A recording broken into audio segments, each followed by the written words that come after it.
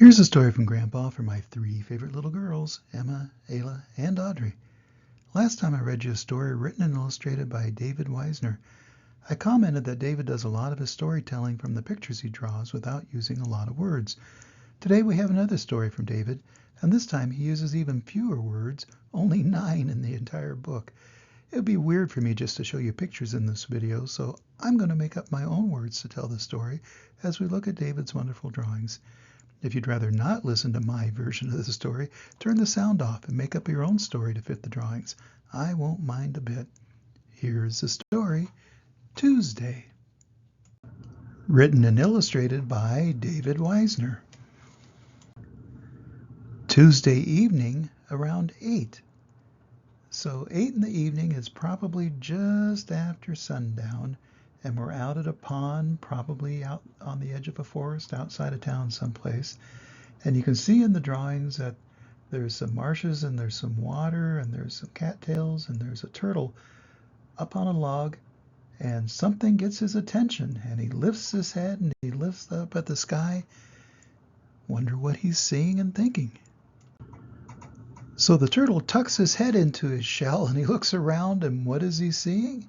And if you look down, you see all the fish in the water, and they've got their heads up out of the water. And what are they looking at? Well, all the frogs sitting on their lily pads are starting to float up into the air. They've never seen anything like that. I've never seen anything like that. That would get my attention too. So now the frogs are beginning to have some fun, and they're zipping around on their lily pads, and they're turning upside down and doing somersaults in the air, and they're flying up high where the birds are sitting on the telephone wires, and they're flying right through the birds and scaring them off the wires and having a good old time just flying around in the air. Flying frogs. Who ever thought of such a thing? So now the frogs flying on their lily pads are flying into the city, and they're coming, and all the houses are dark because people are starting to go to bed, and they're just flying in a great big old group into the city. What do you think those frogs are going to do once they get into the city and into the houses? We'll find out. 11:21 p.m. was just a little bit before midnight. So a man is sitting in his kitchen in one of those houses that we just looked at, and he's eating a sandwich, or beginning to eat a sandwich and drinking a glass of milk, when something catches his eye. And outside the window you can just see dozens and dozens of frogs flying on their lily pads. And the man is thinking, what the heck is this going on?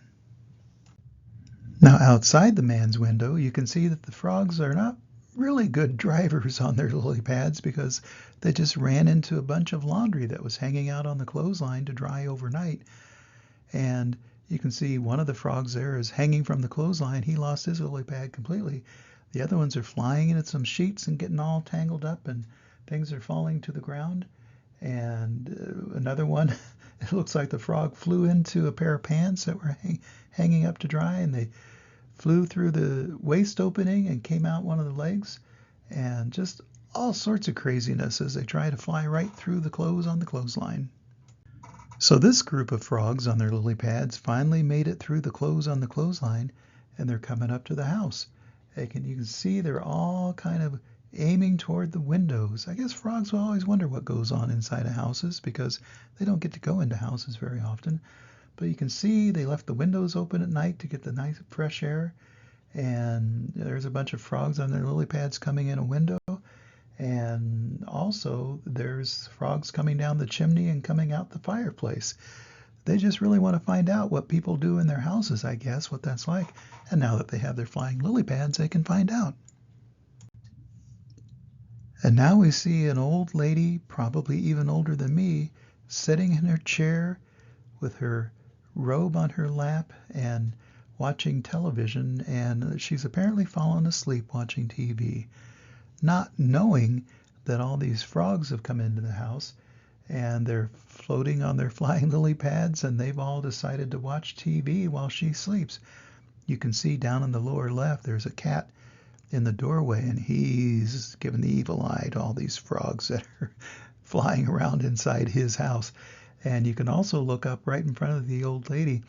One frog has found the remote control, and he's using his tongue to control it.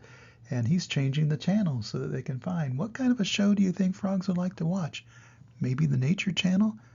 Maybe soap operas. I don't know. They probably see enough of nature. They probably want to see some shows about human beings, see what crazy things people are up to.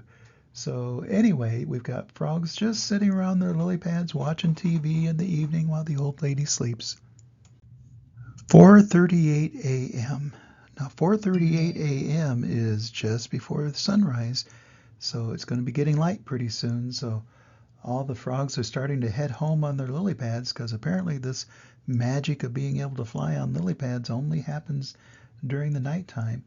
So you can see the frogs are coming along, and all of a sudden they encounter a dog, and the dog is saying, "Hey, this looks like fun. I want to chase me some flying frogs on lily pads." So the frog turns around quickly and goes the other way, but the dog is coming fast behind him, and he's thinking this is great fun to chase a frog on the lily pad who's flying.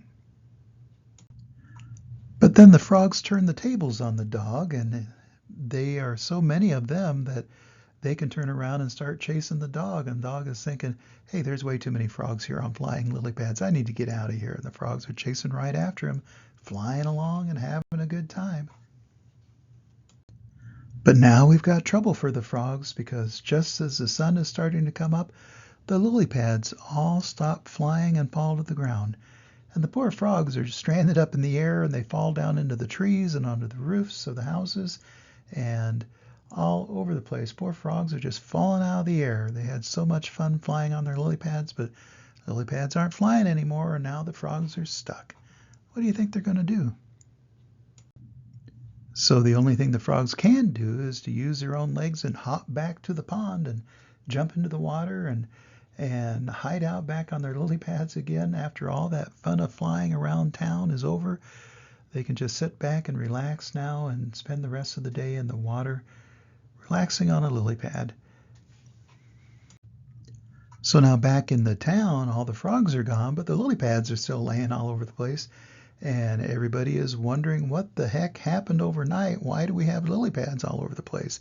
You can see that they called the police, they called the ambulance, they called the tracker dogs, they called the detectives.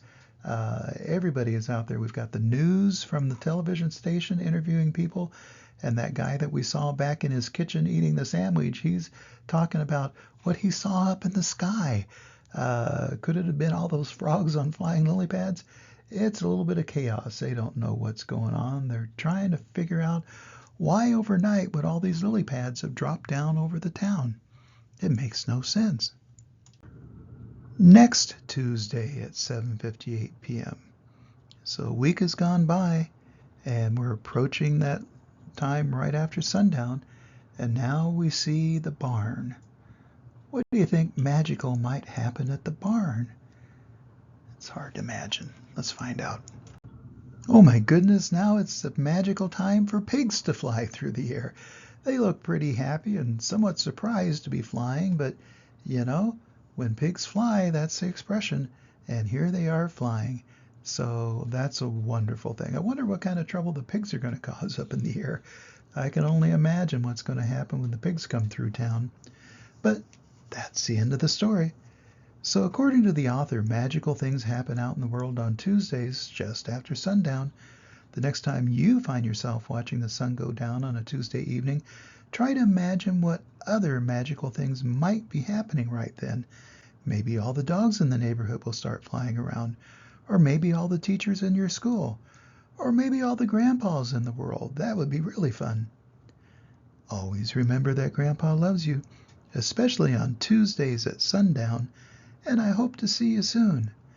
Bye-bye.